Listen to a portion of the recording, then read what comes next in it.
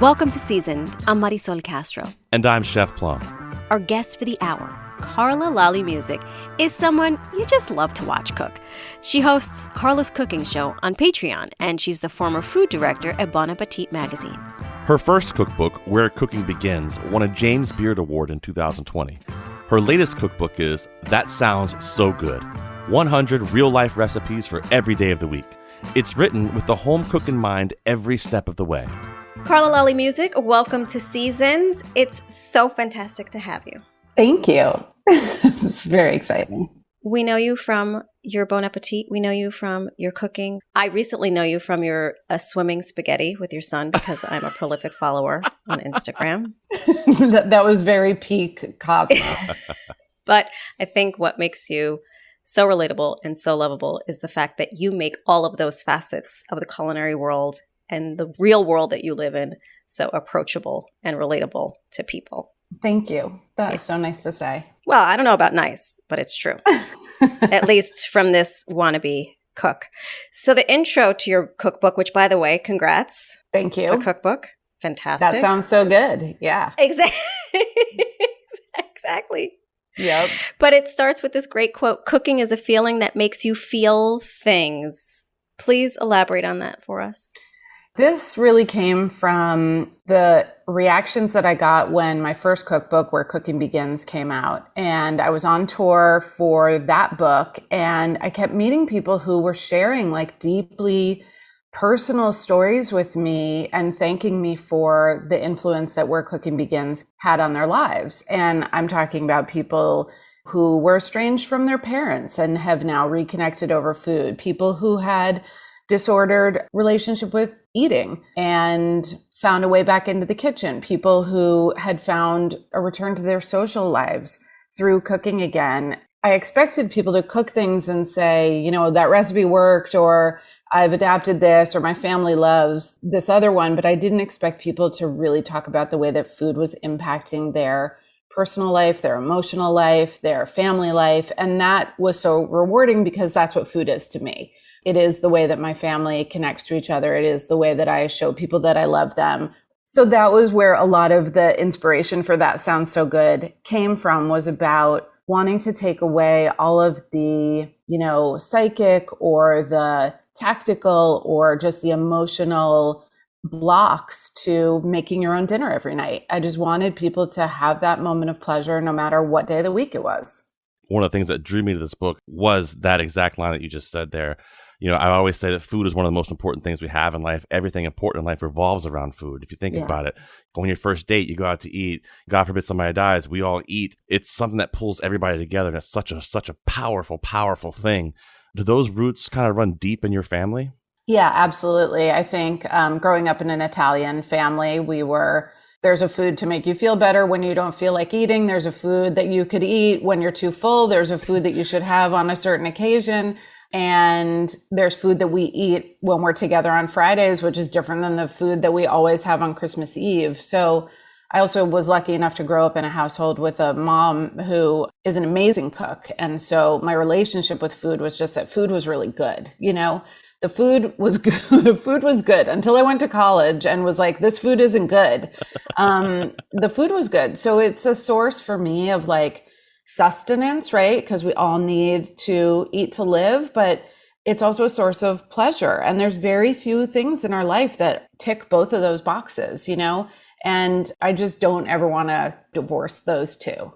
I need to know right now, what's the food to eat when you're too full? Because that often happens to me when I'm with my family. Sunday dinner, it's a Puerto Rican household, but I'm like, right. I'm stuffed. And my sister's like, no. You have more room in there somewhere. And I'm like, oh yeah.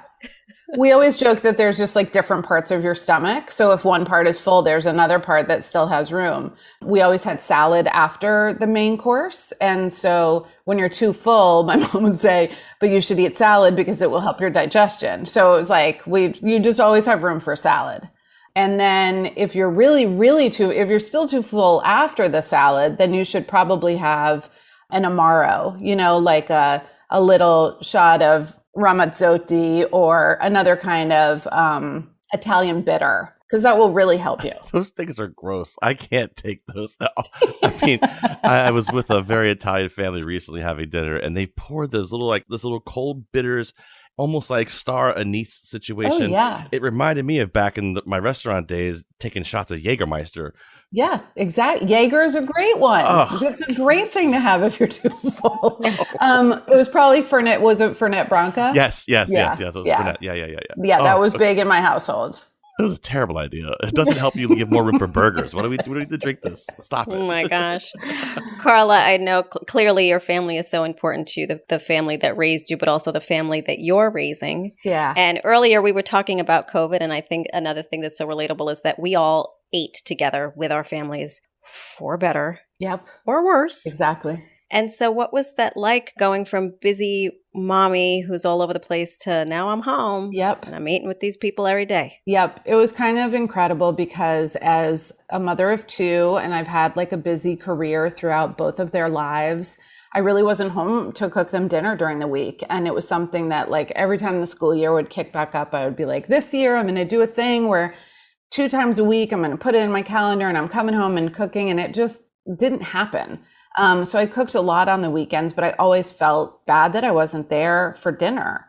Then COVID happens, and it was really one of the like bright spots of it was like, okay, well, all those nights that I said I really wish I was home having dinner with my family instead of still at work, it was like I got all of them back in the span of 1 year. Right. So I ended up developing That Sounds So Good while I was making dinner every night. So we really like workshopped these recipes at our dinner table. And it was such a helpful way for me to really keep track of like, is there a step too many in this recipe? Is my sink full of bowls when I'm done?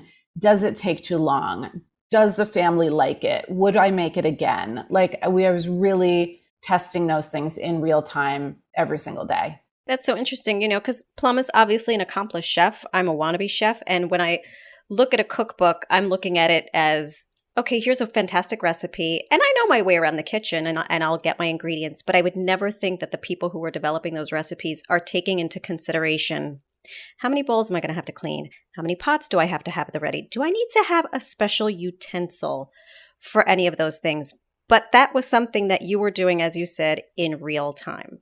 Absolutely. I was cooking 3 meals a day plus developing the book. So the ease with which these recipes had to come together was like very much at the front of my mind. The other thing I thought about a lot, and this was a part of my first cookbook as well, is this category in the cookbook that I call spinets. Yeah. Every single recipe in both books has a section on the same page as the recipe for if you don't find a certain ingredient, I'm giving you suggestions of something you can use instead. I had always thought about that as a way for people to just be creative, to go off script. If there was an ingredient they didn't particularly care for, they could sub it with something else that I was suggesting, or also to give people who are really sticklers for following recipes the freedom. Like if you're missing the half a teaspoon of ground cumin, like don't worry about it. And when I was working on That Sounds So Good, we really had this weird thing where certain things were just not in the supermarket. Like you could not get them. So I was writing the spinets, really thinking about in my own recipe development, there might be a thing that I intended to put into this recipe that now my corner bodega doesn't have, and I'm going to have to make a change. As a chef, I think a recipe should use as a guideline, so you can learn more from yourself. You can learn more about how to cook, what you like, what you don't like. It doesn't have to be like the Bible or the gospel when it comes to a recipe. Yeah. And I love the spinets in the book. I think that's such a great idea.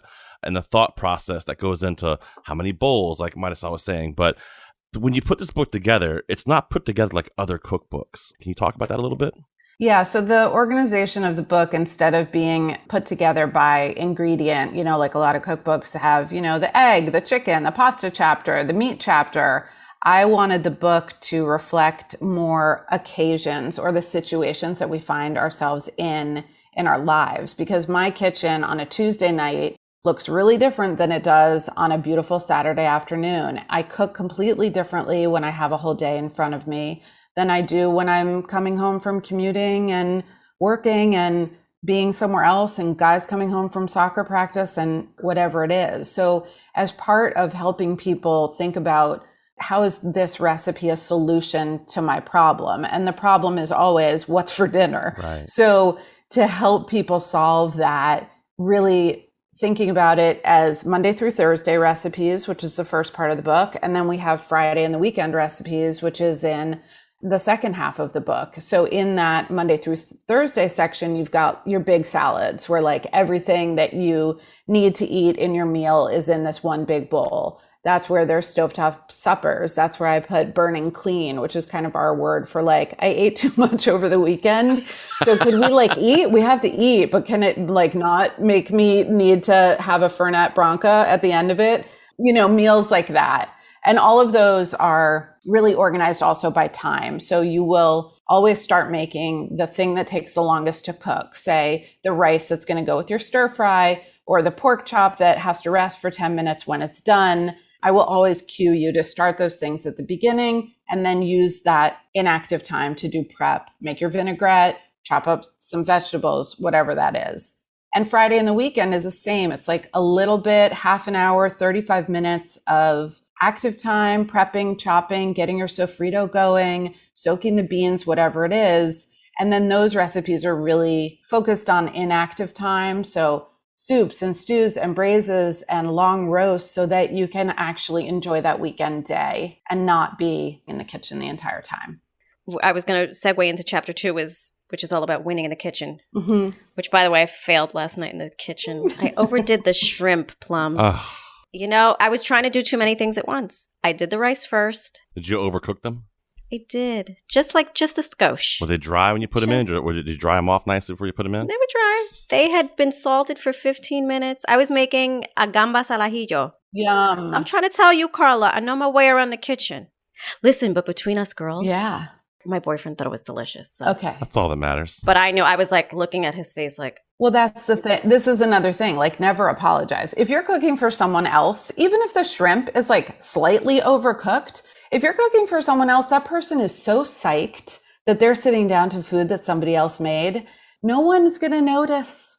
They're just happy to be there. She's so right. This is in the doctrine now. I am putting it in the doctrine. Never apologize. I used to do that all the time, be like, oh, yeah, that didn't come out exact. And then everybody's like, what are you talking about? I wouldn't even have noticed. And I'm like, never mind, it's perfect. It's exactly how nothing went wrong. We want to be like David Blaine, right? We want them to see the magic trick. They don't need to worry about how we did it, right? Don't worry about what's behind the curtain. Just, oh, look, I did this. Exactly. Well, to that point, can you talk to us about the tools we do need to win in the kitchen, whether we apologize or not? Yes. So I think it's very easy to go online or pick up, any cookbook, and you're going to have a section or be able to Google like basic equipment. And I think most people who are buying my cookbook have that. You've got a tall pot, you've got a Dutch oven, you've got a cast iron, you got a little saucepan. Like I wanted to include some things that people don't necessarily think of, but you should definitely own. And I am not about single-use gadgets. There's no strawberry corers in my kitchen or anything like that. I don't have a big kitchen. So if something is going to like earn its spot in the drawer, it has to be a multi-purpose thing.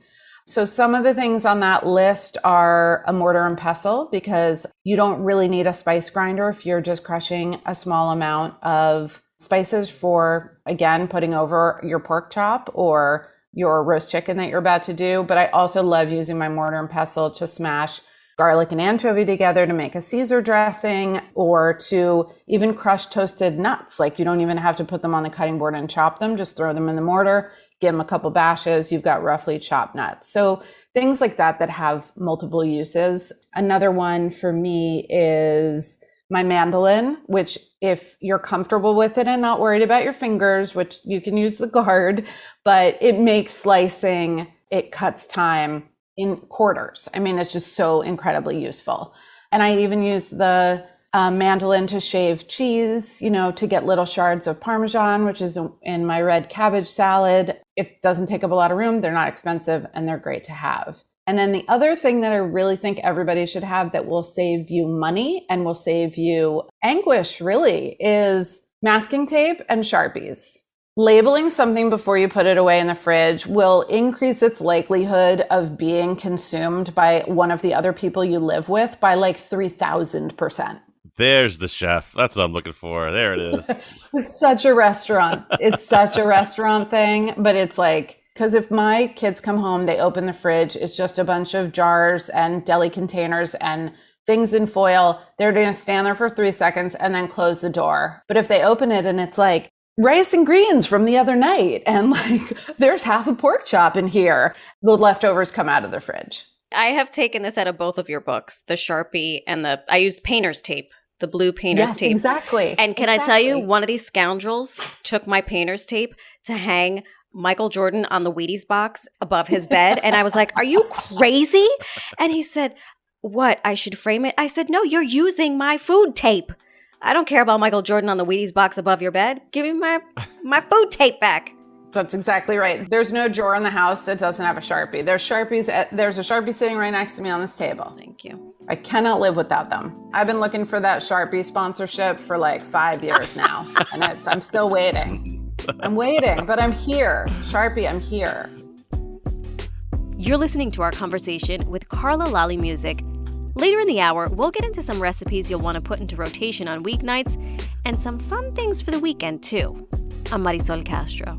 And I'm Chef Plum. Coming up after the break, some tips for stocking up the pantry and what to look for when buying olive oil. Plus, we get into some recipes from the weeknight cooking chapters, including a comforting warm fall salad. Whenever I can put like a leafy green and a sweet potato or a roasted squash in the same dish, I'm very happy. This is Seasoned. We'll be right back.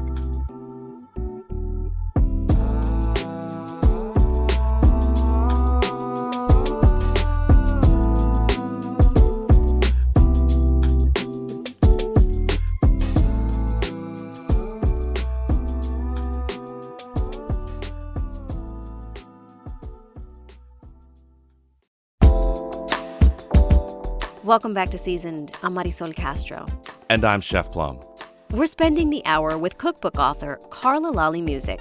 She developed her latest cookbook, That Sounds So Good, at the height of the pandemic. So she tested the recipes night after night in real-life context, at home with her husband and 2 hungry boys. Carla streamlined her cooking and her food shopping, too. Really, my philosophy about shopping kind of gets to the pantry.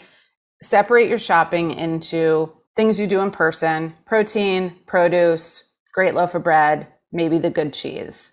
The other side of the spectrum is things that I really order online. And I think people in the pandemic got a lot more comfortable with the idea of ordering online, and shout out to all the essential workers who made sure that the groceries kept coming to our doorsteps.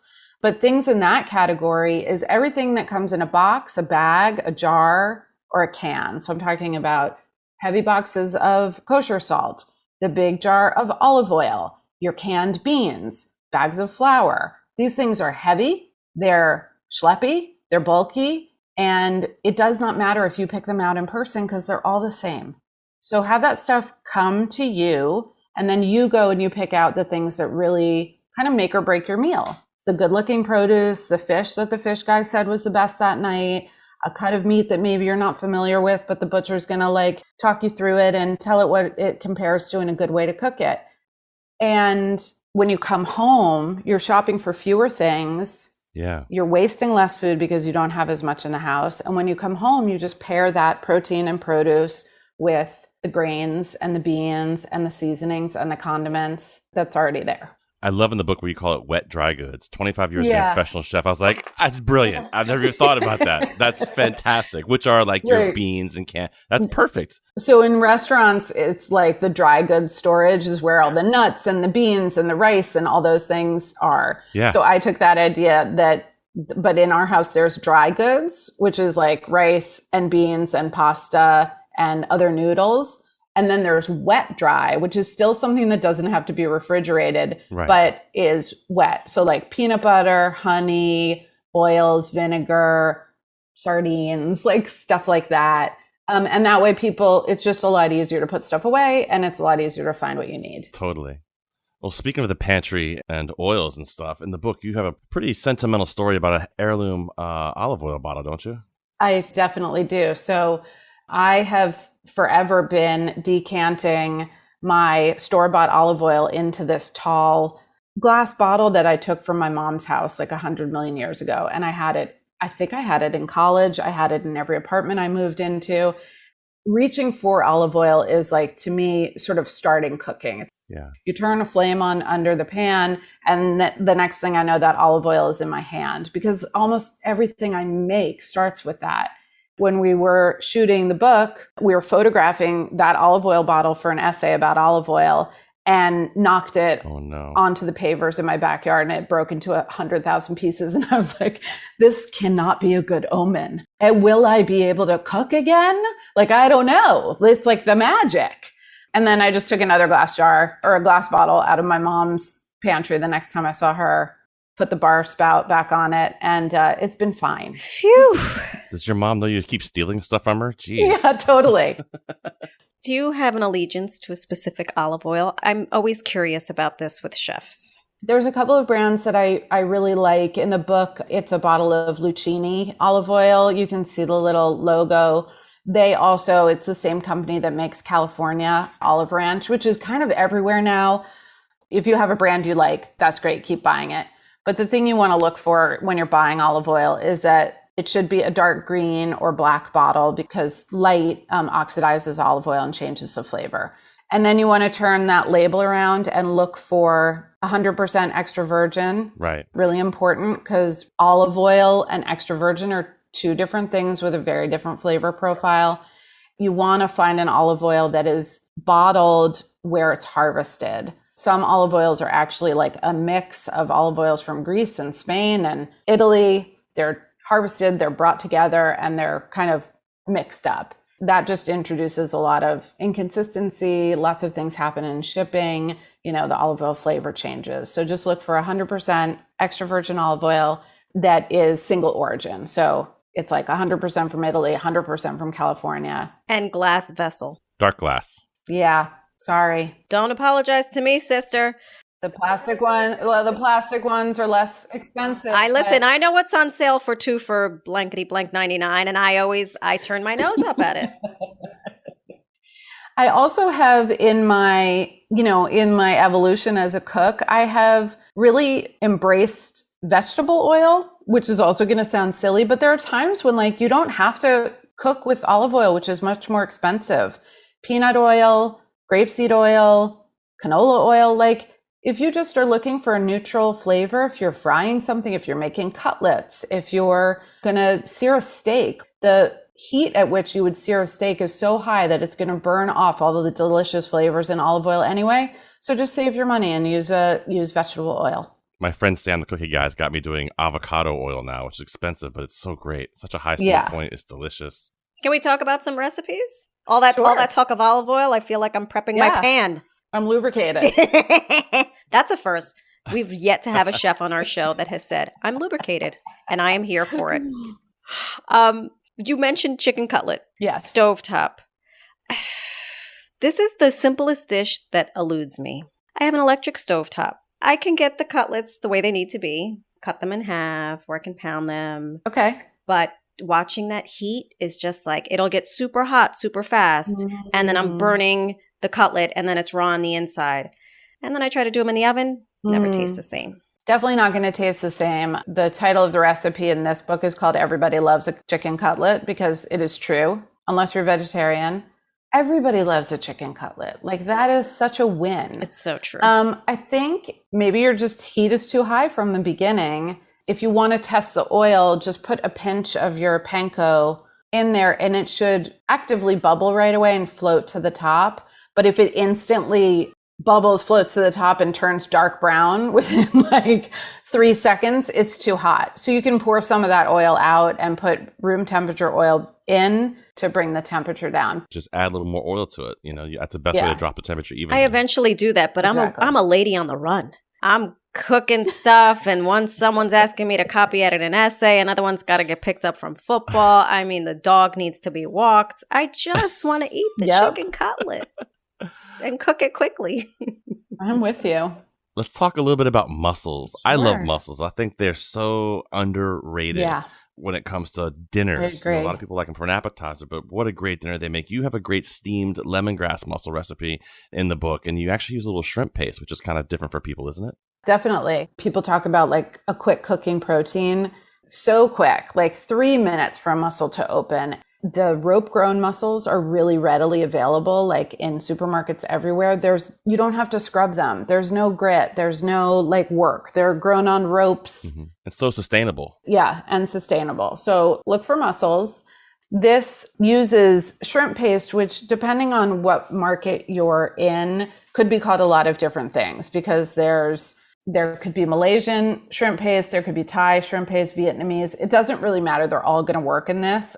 And the flavor of shrimp paste is very umami, funky, salty. It's got that deep like seafood because it's shrimp paste and it's fermented. It's kind of like adding a dash or two of fish sauce or cooking a little bit of anchovy into your tomato sauce. It's just going to give depth. And because this is such a quick cooking recipe, condiments like that deliver a ton of flavor from just one ingredient are really amazing helpers to you when you're doing a quick. It's like the whole thing comes together in 25 minutes. So that dollop of shrimp paste just kind of melts into the liquid that the mussels are cooking in and just gives everything like a really rich, yummy flavor.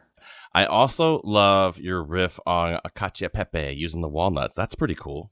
Yeah, so cacio e pepe is one of those dishes that like, I don't know, it was like smoked paprika a decade ago. Like cacio e pepe became one of these things that all of a sudden became a household name. Yeah. And it literally means cheese and pepper. It's one of like the 3 classic dishes of Rome. And it's pecorino cheese and black pepper and pasta. I wanted to do a variation on that because everybody loves it, but I didn't want to just do straightforward cacio e pepe.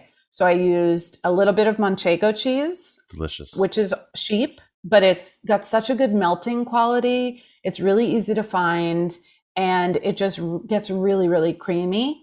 And I like the idea of playing with the cacio part of the formula. And I added some crushed toasted walnuts because in my brain, like manchego cheese, walnuts are so delicious together on like a cheese plate. It felt a little Spanish to me, but that's okay. That's fine, yeah. The Italians and the Spaniards, they're neighbors. They're fine. Crossover. And it gives the dish, in addition to like the chewiness of the pasta and the creaminess of the cheese, it gives it some crunch, which just makes it like more fun to eat, I think. I'm totally going to try that next time I make this. Awesome. Fantastic. I would like to switch to salads. Yeah. Because salad for me it's a good way to get vegetables into my children's bellies. Totally. It can be really filling. Is there one in particular you like? Because we have at the ready the radicchio with parm crackers and dates. Yeah, this is one of my favorites. So this is definitely like a fallish salad and using chicories, the beautiful radicchio. But you can use you could find radicchio round. You might find Treviso, which are like long. There's so many different Castle Rosso, like it's all in that family. And so is endive, is all in that chicory family. And with this one, because the chicories, radicchio has a bitter quality to it. So there's dates, which are so chewy, but also really sweet. So that balances that flavor out. And then I make these little parm crackers called frico. You basically grate Parmesan cheese, put it in a nonstick skillet, just sprinkle it in a little circle in a nonstick skillet, and it will melt over medium heat and then crisp up, sort of like the lacy edges on a grilled cheese, the cheese that comes out the side of the grilled cheese and hits the pan. So it's like that. And then you just crumble those up. So it's like a very salty, but also crunchy. So the frico end up being kind of like the crouton in this salad. That sounds really divine. Salads can have so many different textures and flavor profiles. I'm even looking at this warm salad, the roasted squash au lardon. Oh, yeah. Mm-hmm. Give it to me. So this is based on a classic French salad called frisée au lardon, which is frisée. Another chicory. Hey, yay, chicories. Call me. I love you. With bacon, usually, and a fried egg on top. And so this was kind of in that same world, but I use lightly wilted escarole, roasted squash just for heft to make it more dinnerish. You still get like a lot of juiciness and crunchiness from the greens, but I love that sweetness of the squash with it. And I don't know what it is. I think it's like in fall and winter, I just really crave green and orange foods together. So like whenever I can put like a leafy green and a sweet potato or a roasted squash in the same dish, I'm very happy. Only in the fall. That's when they're there. So maybe I'm just getting triggered by what I'm seeing. But in the summer, I want like bright red, purple, juicy. And in the fall, you go like, I want creamy, starchy, Hearty. Yeah. rich. Yeah. Actually, I have a very hard time with fall. So I have to find the bright side. Why? Because of death and decay. I mean, we're going from the great season of summer and then leaves curl up and then it's barren. It's just nothing's coming out of the ground. The trees look like skeletons. There might be a wintry mix forecast on the radio. I mean, that is the worst. What about beautiful root vegetables? There's so many great things. Apples. What about the apple picking and the fall foliage? Yeah. I mean, apple picking is like... And sister, it is not lost on me that we are doing this interview the first full day of fall. That is correct. My mother and I have a thing like the new crop apples are at the market. We refuse to buy them. We're like hanging on for dear life. My mom's like, I have not eaten an apple and I will not for several weeks, I think that's why when I do braise something or I do the long roasted chicken or I get back and make my like yummy lentil sausage soup again, then I'm like, okay, fine, I can live with fall. I know my husband loves it and my older son love it because they love to like layer up. They love to bust the jackets out of the cloth. I'm like, no, I want to be wearing the lightest, flowiest dress and a pair of sandals, and that's it. And then here comes gloomy mom as we're getting dressed to go outside and play in the snow. Yeah, I'm a lot of fun. And then I'm like, all right, Sunday ragu. It'll give me something to do, like starting on Friday when I buy the meats, and cooking the sauce on Saturday, letting it sit overnight, then making the pasta on Sunday. Like now I have a weekend plan. I'm good. You're listening to our conversation with Carla Lalli Music. We're talking about recipes in her new cookbook, That Sounds So Good. I'm Marisol Castro. And I'm Chef Plum. Coming up next, some recipes for the weekend. Now I just want to entertain and really enjoy like being together because that's why you're having people come over. This is Seasoned. We'll be right back.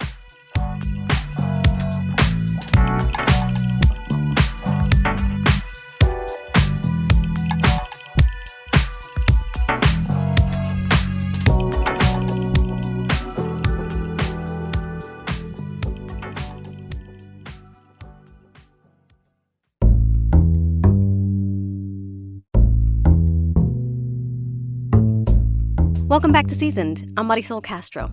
And I'm Chef Plum. We've been talking with author Carla Lalli Music about her new cookbook, That Sounds So Good, 100 real-life recipes for every day of the week. It's broken up into sections comprising recipes for weeknight and weekend cooking. It's a whole different mindset. So weekends for me, my head really goes to like grilling, which is my favorite way to cook, is to be outside cooking over live fire. I mean, that's my happy place. I love fall grilling. Like that's another thing. I'll be like, okay, the fall grilling, that's a little bright side. We knew you'd come around. Why do we find a happy place eventually? I actually grill my Thanksgiving turkey every year. Mm-hmm. I love to spatchcock if it's a bigger group. In the book, I did a whole bone-in breast, which is amazing for Thanksgiving, and the flavors are very like warm spice and delicious. But it's also just an incredible thing in the spring, summer, fall to make your own roasted turkey, but it's like got the smokiness from the grill. So the weekends for me is about grilling. It's also about like entertaining. And one of my favorite ways to have friends over, like my days of overachieving, very fancy recipes, I don't do that anymore. Because like as a host, you end up exhausted, burnt out. Things didn't come out quite the way you wanted and you put so much work into this. So now I just want to entertain and really enjoy like being together because that's why you're having people come over. So day drinking and lazy lunches kind of came from this idea of inviting people over around 3 and having that like late lunch that kind of drifts into dinner time. And then you have like 2 or 3 hours to sober up before you have to go to bed. That sounds Love fantastic. Perfect. That sounds amazing. I'm here for all of this. I will bring something the next time you do this on the weekend. It'll just be me Anytime. knocking on the door. Anytime everyone's talking about day drinking, Marisol, you always want to go over and hang out with them. Why not? Of course. But this actually does this does beg the question, because you're talking about like you invite people over, right? Like when we're in time when we're not social distancing, and I tend to not like people, but I love a good dinner party. Yeah. But to your point, you have people over, and when you're doing all the schlepping and all the cooking, you're exhausted. Yeah. Where do you stand on having people help you cook?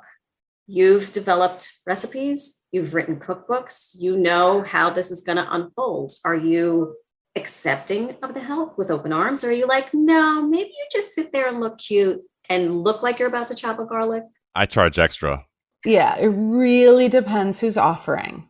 So I have friends who are amazing cooks, and I love when they cook for me. We cook together, we have fun. And if one of those people is like, set the magic 4 words, what can I bring? I will really offload, especially again, after doing this for decades, right? Now I'm at a place where I'm like, I'm happy to offload this. There's no glory in just like doing all of the work. So whether it's a side dish or I'll send people recipes. I'm like, oh, I was going to make this, but if you want to make it, please do. If it's someone who cannot cook or is going to be really slow or you're just not sure, you just tell that person to bring ice. Not even a glass, not even a bottle of wine, just bring ice. It could be wine. Everybody's bringing wine. That's great. Hey, you bring the ice. Because you always need more ice. Always need more ice. It's very true. You need it for stirring cocktails. You need it to fill up the cooler. You need it for chilling down the hard-boiled eggs. Whatever you need it for, it's never wasted. So Plum, next time you're invited to a dinner party and someone says, Plum, bring ice, think long and hard about that invitation. It's going to hurt a lot. That's for sure. Jeez. Hey, one of the recipes I thought was pretty cool, the crispy, smoky rice that you're doing, rice on a grill. Can you talk us through that a little bit? Because my chef brain perked up when I saw that.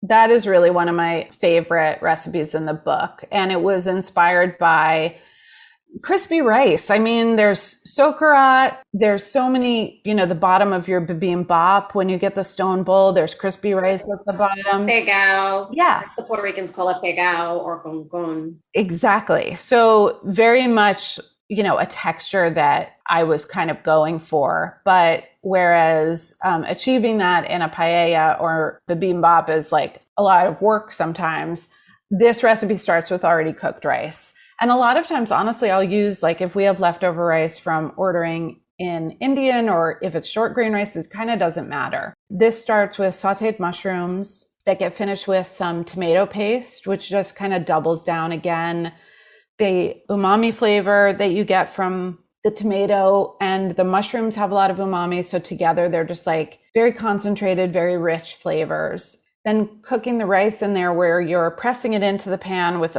enough fat to kind of crisp. Yeah. And letting it cook without tossing it. So like in a stir fry, you toss it around, you want all the grains to get action on all sides. For this, I just press it down. So it's studded with mushrooms, and the underlayer of the rice that's on the bottom of the pan gets really crispy, and the top is kind of still tender and steamy and plump.